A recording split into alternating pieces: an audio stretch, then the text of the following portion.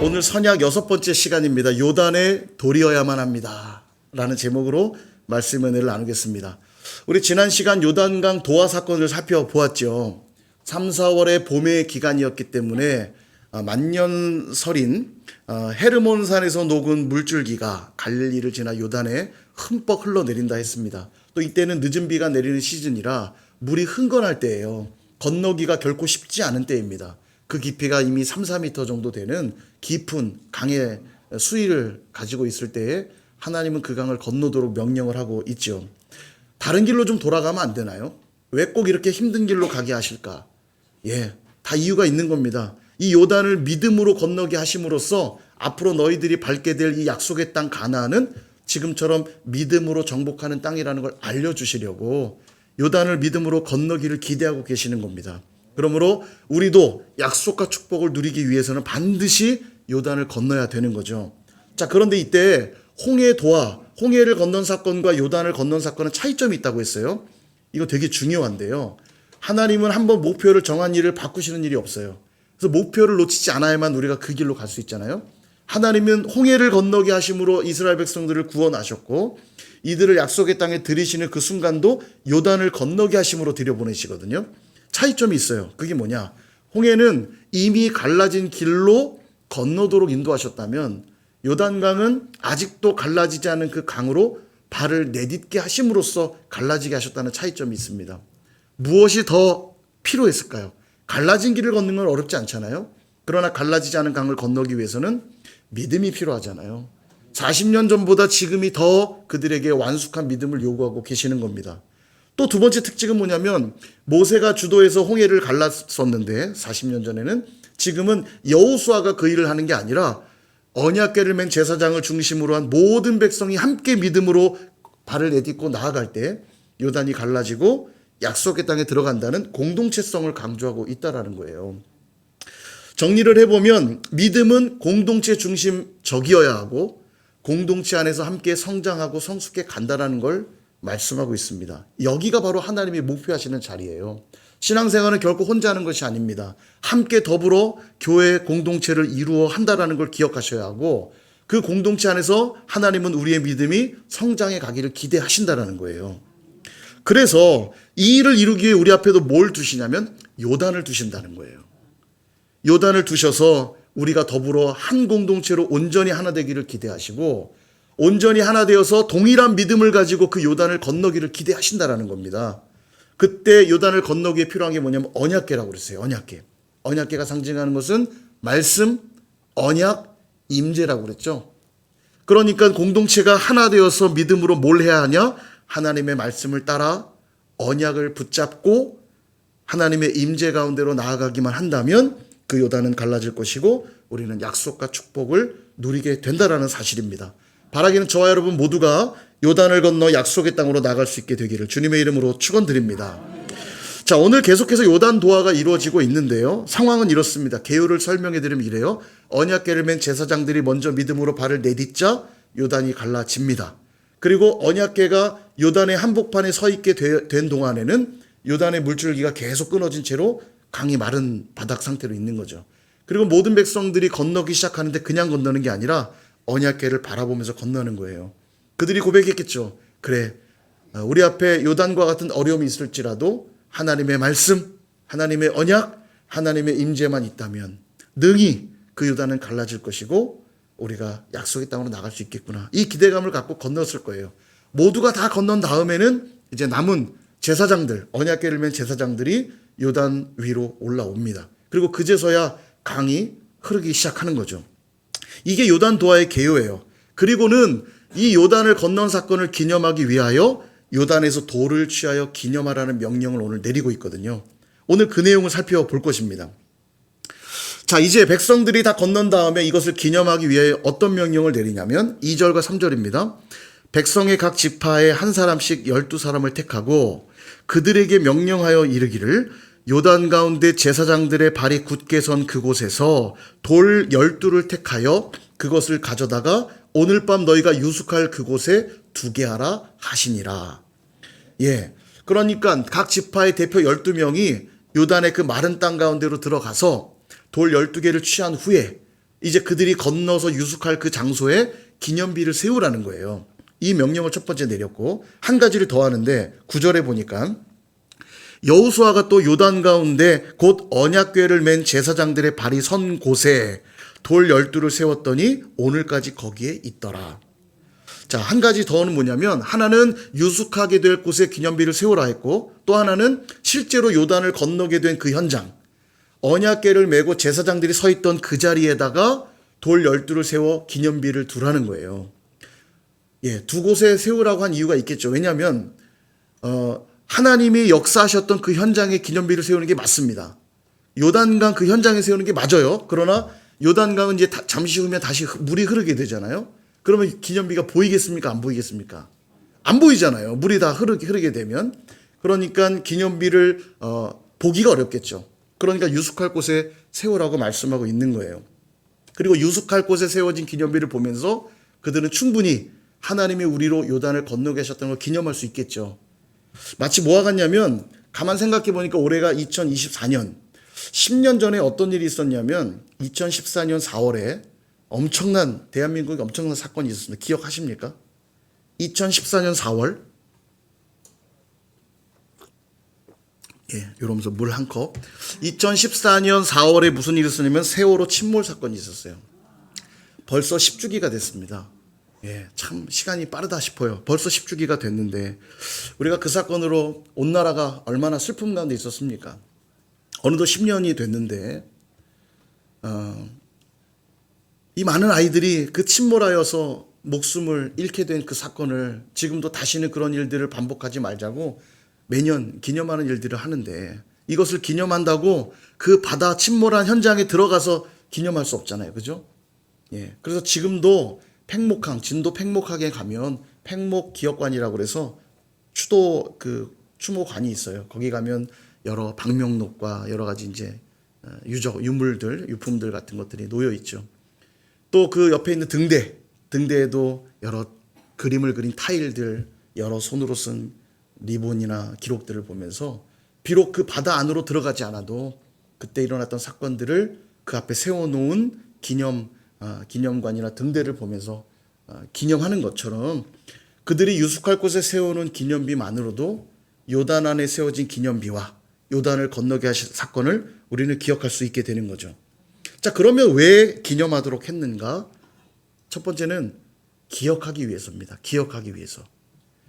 여러분, 우리가 얼마나 잘 잊어버리는 존재냐면 40년 전 홍해를 건넌 사건으로 가보면 금방 알 수 있습니다.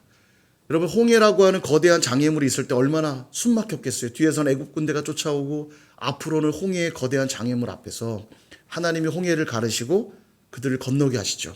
그리고 애국 군대를 다 수장시켜 버립니다. 진정한 자유를 얻게 하셨고 진정한 승리를 누리게 하신 이 엄청난 사건 앞에서 백성들이 너무너무 기뻐서 이 감격적인 사건 앞에 찬양을 부르기 시작해요. 출애굽기 15장 1절에서 2절. 이때에 모세와 이스라엘 자손이 이 노래로 여호와께 노래하니 일렀을 내가 여호와를 찬송하리니 그는 높고 영화로우시며 말과 그 탄자를 바다에 던지셨음이로다. 여호와는 나의 힘이요 노래시며 나의 구원이시로다. 그는 나의 하나님이시니 내가 그를 찬송할 것이요 내 아버지의 하나님이시니 내가 그를 높이리로다. 아멘. 이렇게 얌전하게 찬양했을까요?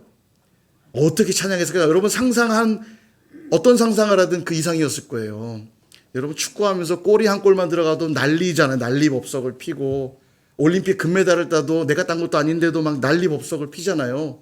그죠? 그런데 내가 구원을 얻은 이 엄청난 사건, 하나님이 기적을 보여준 엄청난 사건을 눈앞에서 보고도 어떻게 찬양을 안 하겠어? 방방 뛰면서 내가 주를 찬송하리 높고 영화로우심이여 말 같은 자를 바다로 던졌네. 이 찬양 모르세요? 여호와는 힘과 노래 나의 구원이 되셨네. 이거보다 훨씬 더 1000배 만배 흥이 나서 부르지 않았겠어요? 어깨에 손 올리고 막 기차놀이 하면서 부둥 껴안고 기뻐 뛰고 소리를 지르고 노래를 부르고. 성경에는 안 나오지만 충분히 예상이 가능합니다. 그죠? 그리고 나서 다시 길을 떠나요. 곧바로 수르 광야라고 하는 곳으로 들어갑니다. 근데 가면서 물이 없는 거예요. 물을 찾다가 마라라고 하는 곳에 도착을 하거든요. 근데 물이 있는 거예요. 마시려고 보니까 너무너무 쓴 거예요. 마실 수가 없는 물입니다. 그래서 이들이 원망하기 시작해요. 말하자면 이런 거죠. 왜 우리를 애굽에서 꺼내서 물도 못 먹고 이렇게 고통스럽게 하느냐. 근데 여러분, 홍해를 건너고 마라에 도착하기까지 며칠이 지났게요? 3일 지났어. 3일. 3일. 그래서 작심삼일이라는 말이 생긴 거예요. 믿거나 말거나. 예.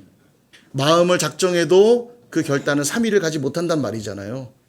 이 말이 정말 딱 맞는 것 같아요. 그 홍해를 건넌 감격의 찬양을 부른 지 채 3일도 되지 않아서 원망을 쏟아놓고 있는 겁니다.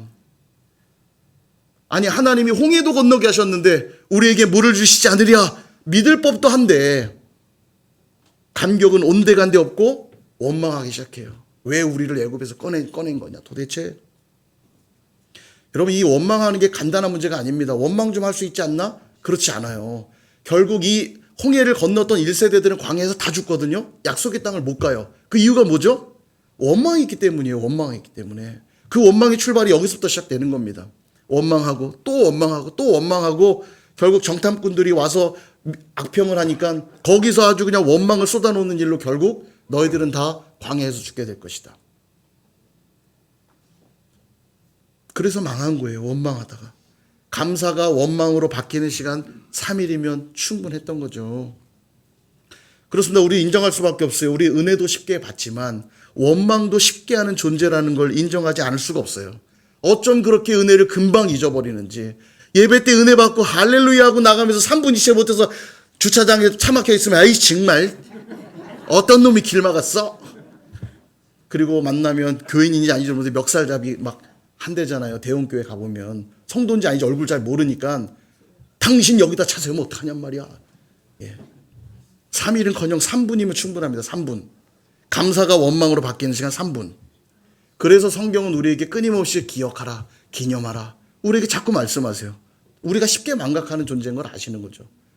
예수님도요, 당신께서 영원한 생명을 주시는 구세주란 사실을 잊지 않게 하려고 성만찬을 우리에게 제정해 주시고는 나를 기념하라. 성만찬을 할 때마다 떡과 잔을 대하면서 내 살을 먹고 내 피를 취하여서 영원한 생명을 얻고 모든 죄를 사함받는다는 것 잊지 말아라. 우리에게 제정해 주신 거 아니겠습니까? 그러므로 우리도 계속 믿음의 기념비를 세워나갈 필요가 있어요. 작심삼일, 3일을 가지 못한다고 했으니 며칠에 한 번씩 작심하면 돼요? 3일에 한 번씩 작심하면 되죠. 까짓 거. 잘 까먹으면 뭐 3일 뒤에 또 작심하면 되죠. 여러분 가정에서 그렇게 하시고 일터에서, 학교에서, 교회에서, 또 교회 안에서도 여러분 셀 안에서, 기관 안에서, 부서 안에서 자꾸 원망하지 마시고 하나님이 우리 가운데 행하셨던 일들을 기억하면서 감사, 기쁨, 평안의 고백을 가지고 믿음의 기념비를 세우실 수 있기를 축복합니다. 기념비를 세워야 되는 또 하나의 이유가 있다면 후대를 위해서라고 말씀하고 있어요. 6절과 7절에 보니까 이것이 너희 중에 표징이 되리라. 후일에 너희의 자손들이 물어 이르되 이 돌들은 무슨 뜻이냐 하거든 그들에게 이르기를 요단 물이 여호와의 언약궤 앞에서 끊어졌나니 곧 언약궤가 요단을 건널 때에 요단 물이 끊어졌으므로 이 돌들이 이스라엘 자손에게 영원히 기념이 되리라 하라 하니라. 아멘. 여러분 요단을 건너본 사람들이요 죽을 때까지 저는 추억팔이 했을 것 같아요. 야, 너 요단 건너봤냐? 기가 막힌다. 그 마른 땅 밟는 데 있잖아. 온몸에 전율이 흐르고 그 물벽에 있잖아. 그 물고기가 헤엄치는 거 봤어 너? 야, 우리는 저기 어디죠?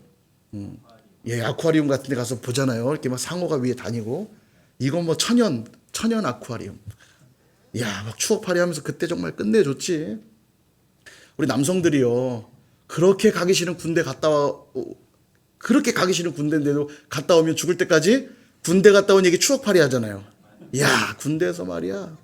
다시 가라면 절대 안 갈 거면서도 그 경험을 가지고 평생 추억팔이 하는데 이들은 군대 정도가 아니라 기적을 체험한 요단도와의 경험을 했으니 얼마나 자랑스럽겠어요. 그죠? 근데 문제는 뭐냐면 요단을 건너보지 않은 세대들이 이제 생길 거 아닙니까? 요단을 건넌 다음에 태어난 세대들은 이 경험이 없어요. 그죠? 가끔 그런 2002년 월드컵 끝내줬지 막 추억팔이 하면 요즘 애들은 뭔데? 보면 막 2008년생, 2010년생 월드컵 때 없었어요. 예. 2002년 그 짜릿한 월드컵의 영광의 순간에 없었어요. 그런 사람들이 이제 생겨나는 거죠. 요단을 건널 때의 경험이 없는 세대들. 그럼 그들에게 어떻게 하냐? 이 기념비를 세워서 그들이 물을 거 아닙니까? 이 돌은 도대체 무엇입니까? 그러면 그 돌에 대해 설명하라는 거예요. 하나님이 우리로 이 요단을 건너게 하셨다. 후대에 알리라는 거예요. 마치 우리가 박물관에 가서 고려시대 때 유적들, 조선시대 유적들 보면서 고려시대, 조선시대 살아보지 않았지만 그때의 문화, 그때 사람들의 생각, 느낌들을 우리가 공유하잖아요. 고려시대, 조선시대 살아보신 분 여기 계세요? 계시다고 하는 분들은 누구 표현대로 잘 돌봐드려야 됩니다. 문제가 있는 거예요. 요즘 뭐 타임슬립 드라마들이 계속 영화 드라마들이 유행인데 내가 오늘 고려시대에서 왔다 이러면 좀 잘 지켜보셔야 됩니다. 여하튼 박물관에 가서 본 것으로도 비록 그 시대에 살지 않았어도 충분히 그 시대의 감정과 문화를 느껴보는 것과 같은 거죠. 어떤 현장의 유적지에 가서 유적을 보면서 과거의 사건 경험해보지 않았지만 그 유적지의 상황들을 보면서 그때의 시절을 공감해 보는 거예요. 제가 사이판 갔을 때 생각이 나요. 지난 여름에 사이판에 갔을 때 미국 함대와 일본의 그 남은 마지막 일본 병사들이 전쟁을 벌였던 그 현장에 올라갔습니다. 거기서 결국 다 전멸을 했다고 하던데 거기를 왜 선교사님이 보여주셨냐면 거기서 죽어나간 상당수는 일본인이 아니라 조선인이었던 거죠. 학도병 같은 걸로 착출돼가지고 사이판까지 끌려가서 전쟁하는 겁니다. 일본 군복 입고 조선인인데 참 아픈 역사죠. 우리나라의 아픈 역사인데 예전에 여명의 눈동자라는 그 드라마가 그 얘기잖아요. 여명의 눈동자 모르시는 분들은 젊은 세대, 여명의 눈동자 아는 분은 조금 된 세대. 그 참 저도 감명 깊게 봤던 생각이 나요. 막 사까이 이러면서 저만 본 것 같은데 선일교회는 늘 기도하시는 분들이라 여하튼 그 유적을 보면서 그 시대의 그 감정을 고스란히 느끼는 거예요. 역사에 가본 것처럼. 여러분 유대인들의 민족성이 대단하다고 하잖아요. 유대인들이 전 세계에 1600만 명 정도로 파악이 되는데 600만 명 정도는 지금 이스라엘에 살고 있고 1000만 명 정도는 전 세계에 흩어져 있다고 그래요. 총 1600만 명인데 유대인들이 참 대단한 게 뭐냐면 로마에 의해서 AD 70년에 완전히 나라가 멸망하거든요. 역사 속에 사라집니다. 완전히 사라지고 이들은 다 흩어지죠. 그들을 디아스포라라고 그러죠. 이 디아스포라 유대인들이 다 전 세계로 흩어져 살다가 1948년 2차 세계대전이 끝나면서 영국이 팔레스타인 땅에다가 이스라엘 나라의 독립을 도와줍니다. 이스라엘 나라가 세워져요. 그러니까 대략 2000년 가까운 시간이 나라가 없었는데 2000년이 지나서 2000년 가까이 시간이 돼서 나라가 생겨요. 그런데 나라를 잃은 민족이 사라지지 않고 존속하는 경우들이 없어요. 그럼 어떻게 유대인들은 그런 민족성을 계속 지키면서 살아갈 수 있는가? 그 이유가 있습니다. 이 유대인들은 전 세계 어디를 가도 늘 회당을 먼저 짓습니다. 회당을 짓고는 회당을 중심으로 살아요. 회당에서 뭘 하냐면 그들이 받은 율법, 하나님의 말씀을 가르쳐요. 그리고 그들이 믿는 유일신 하나님에 대한 경험과 기억들을 가르칩니다. 그들이 지키는 절기, 여러 가지 율법의 내용들을 열심히 가르쳐요. 그러니까 계속 대대로 뭐가 내려가냐면 우리는 하나님이 선택한 선민이라고 하는 이 정체성이 계속 전수가 되는 거예요. 그러니까 나라가 없는 상태에서도 그들의 유대인이라고 하는 민족성이 사라지지 않고 유지가 된다는 거죠. 우리 역사에도 보면 거란족, 여진족 뭐 다 있잖아요. 뭐 그들은 금나라도 세우고 거란 세우고 뭐 금나라, 은나라 대단한 나라들을 역사 속에 세웠지만 다 그 정체성이 희미해졌거든요. 나라를 잃어버리니까. 그럼 여진족, 만주족이라고도 하는데 이 만주족이 청나라를 세웠잖아요. 이 청나라 대단한 겁니다. 중국, 그 거대한 중국의 누르하치가 여진을 통일하고 군사를 몰고 북경으로 치고 올라가서 중국을 점령해서 세운 나라가 청나라잖아요. 대단한 겁니다. 근데요, 결국은 청나라 무너지고 다시 중국이 하면서 이 여진족, 만주족의 무리들이 뭐 희미해졌습니다. 거의 존속이 안 해요. 뭐 소수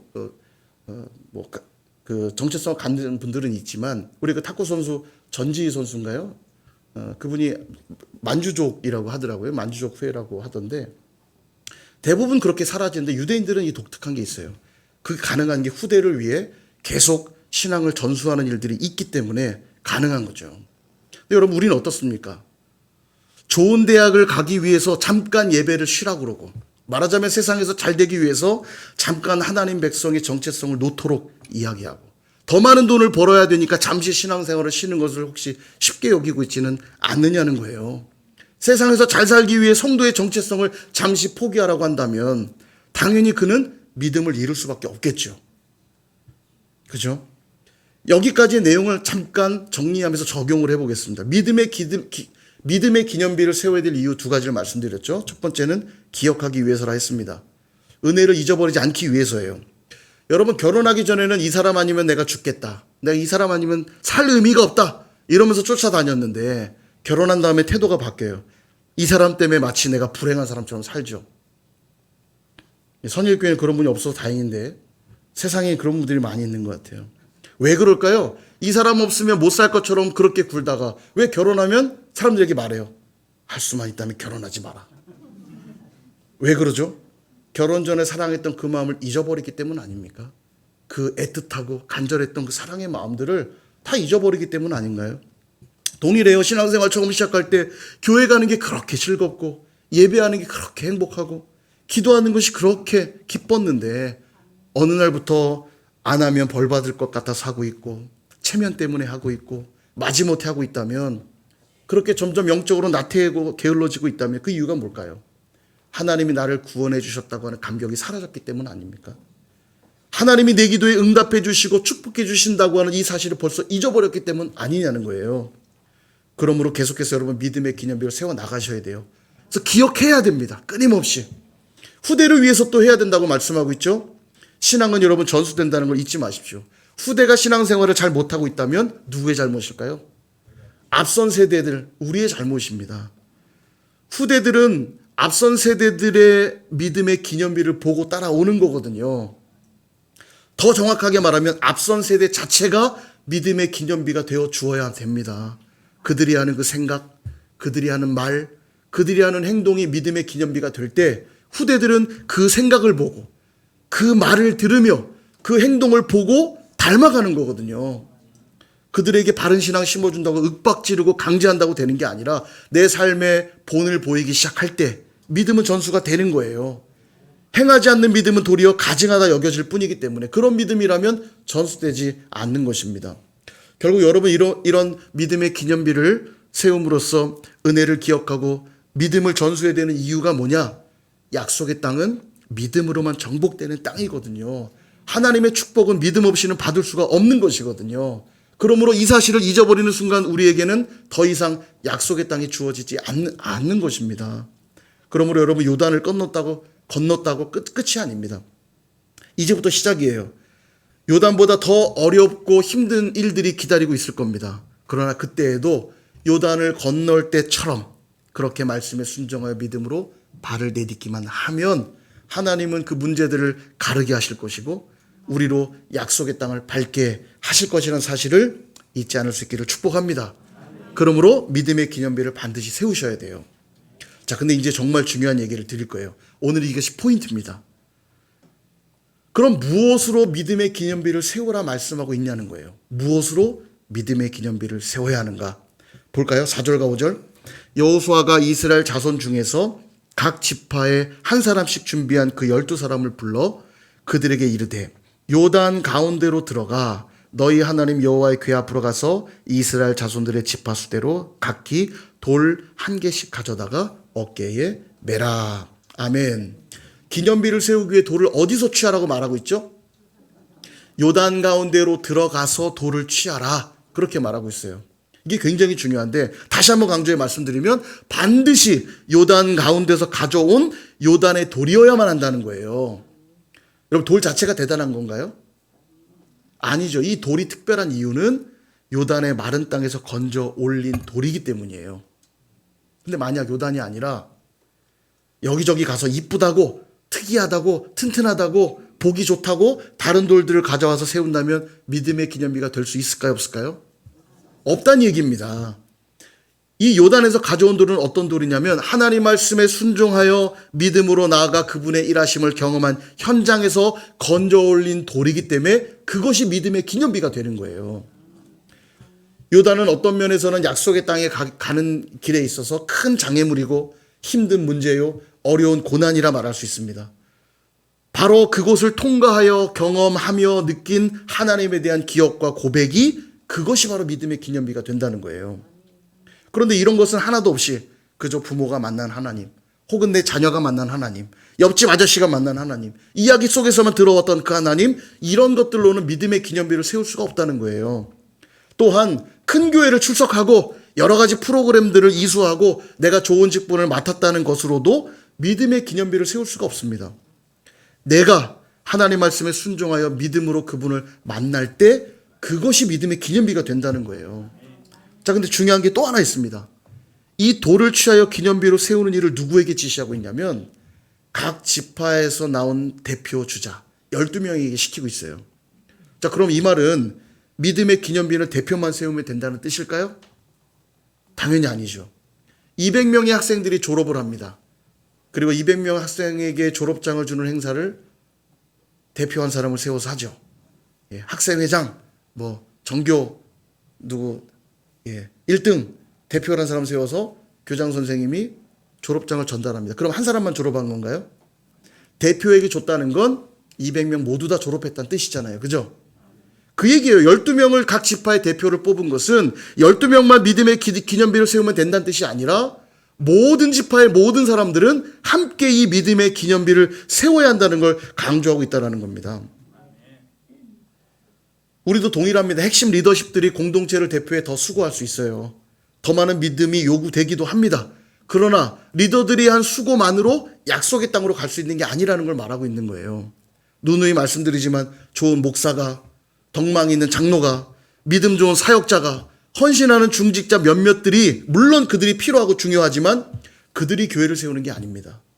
저와 여러분 모두가 함께, 여호수아서는 이 함께가 중요하다고 그랬죠. 함께 믿음의 기념비를 세울 때에만 약속의 땅으로 나갈 수 있는 거예요.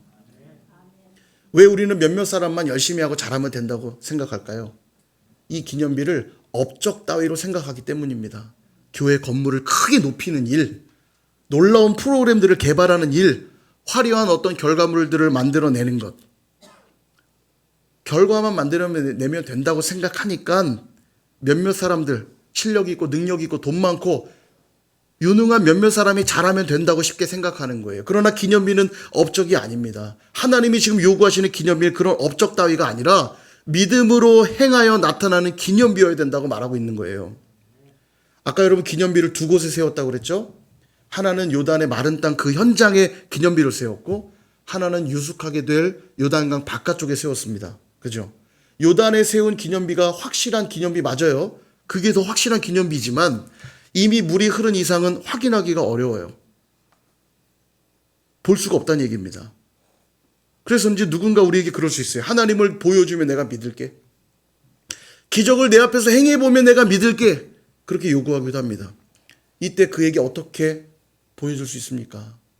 요단강 바깥에 세우는 기념비가 요단을 건너게 하는 걸 설명했던 것처럼 하나님을 믿고 살아가는 우리의 믿음이 그들에게 기념비가 되는 거예요. 눈에 보이지 않지만 내가 믿는 하나님을 보면서 하나님은 살아계시구나 고백하게 되는 것이고요. 눈에 보이지 않는 하늘나라가 있지만 하나님 백성으로 살아가는 우리를 보면서 그 하나님의 나라를 보는 것입니다. 오늘 내가 살아낸 그 믿음의 모습, 내 믿음의 말, 내 믿음의 행동, 내 믿음의 결단들이 누군가에겐 하나님이 살아계시다고 하는 믿음의 기념비가 된다라는 거예요. 그러니 몇몇 사람만 잘한다고 될 리가 없죠. 저와 여러분 모두가 함께 믿음의 기념비가 될 때 그 하나님의 살아계심이 증거되는 것입니다. 이제 말씀을 정리하려고 합니다. 사랑하는 여러분, 고난과 어려움 가운데 혹시 계십니까? 그렇다면 그 고난과 어려움의 요단을 말씀을 붙들고 믿음으로 반드시 건너셔야 해요. 그리고 그곳에서 건져 올린 그 돌로 믿음의 기념비를 삼으셔야 합니다. 말씀에 순종하여 열매 맺어본 그 경험, 간절히 기도하여 응답받아 본 그 경험, 누군가를 용서하여 화목하게 된 경험, 섬김을 통해 풍성하게 된 경험. 감사하기 힘든 상황에도 감사함으로 주님의 평안을 누려본 경험.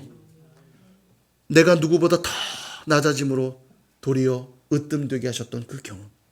여러분, 이런 경험들이 우리 안에 있을 때, 그것으로 믿음의 기념비를 삼을 때 나는 하나님의 은혜를 늘 기억하게 되니 나의 믿음은 더 성장하고 더 하나님 앞에 나아가게 될 것이고, 우리 공동체 또 내 주변의 사람들, 우리의 자녀들도 그런 나의 모습들을 기념비 삼아 함께 믿음으로 살아내고 동일하게 약속의 땅에 들어가게 될 줄로 믿습니다. 이제 이번 주면 2월도 끝나는데요. 우리 2월의 목표가 고난에 감춰진 영광의 신비잖아요. 경험하고 계십니까? 우리 앞에 고난이 닥쳐오면 누구라도 피하고 싶어져요. 요단강이 우리 앞에 있으면 다른 데로 돌아가고 싶어져요. 그러나 그 방식으로는 약속의 땅을 밟지를 못해요. 여러분, 믿음으로 그 고난의 요단을 건너셔야만 합니다. 반드시. 그럴 때 우리는 믿음의 기념비를 세울 수 있게 되고, 그 믿음의 기념비를 보며 우리는 한 걸음 한 걸음 더 약속의 땅으로 나아가게 되는 것입니다. 나만 나아가는 게 아니라 우리의 가족들이, 나의 형제들이, 내 주변의 동료들이, 내 지체들이 모두 다 함께 그 약속과 축복을 누리게 될 줄로 믿습니다. 그렇게 요단의 돌로 믿음의 기념비를 세우시는 저와 여러분 다 되시기를 주님의 이름으로 축원드립니다.